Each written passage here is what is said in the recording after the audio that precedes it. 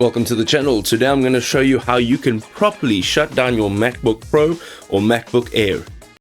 Alright, we're going to shut our MacBook Pro or Air down properly. So, whether you're wrapping up work or putting your Mac away for the night, knowing the proper shutdown method ensures that your data stays safe and your system will run smoothly.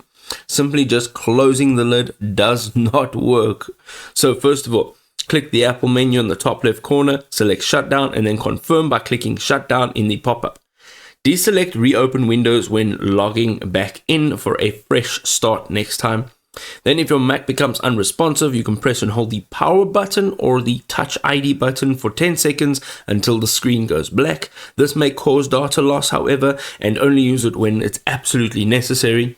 Then the quick keyboard method. You need to press Control plus Option plus Command plus the Power Touch ID simultaneously to safely close apps and shut down your Mac properly. This method ensures all applications close gracefully, properly before the shutdown.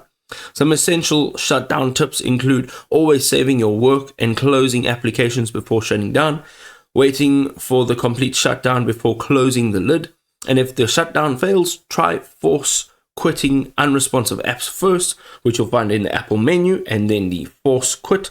And regular shutdowns help maintain optimal performance and clear system memory.